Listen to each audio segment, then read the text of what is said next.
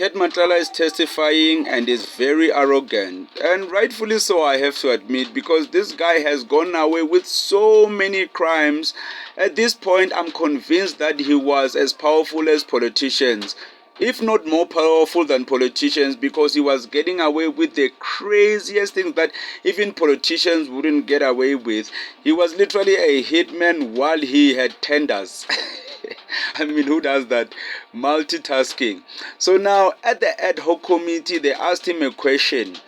Why did you get these tenders at Tembisa Hospital while you don't even have experience?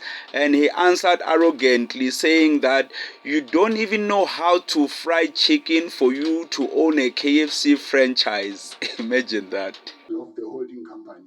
So now I don't need, if I buy a KFC franchise, so the profile will always remain the profile of KFC. So it does not mean that because I bought a KFC from franchise, then I don't know how to cook chicken, and then they have to teach me how to cook that chicken. So I'm still using the recipe from the holding company of KFC to cook that. Another interesting thing he said when he was testifying is that he had humble beginnings, the child of a single mother.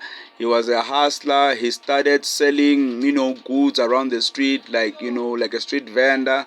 And then he ended up registering his security company. And that's what, when he started affiliating himself with politicians. But I think that's too damn simple. How do you become a street vendor and then all of a sudden you are a hitman? Because he's saying that he started in 2021. So that's not long ago. That's not even 5 years or 10 years.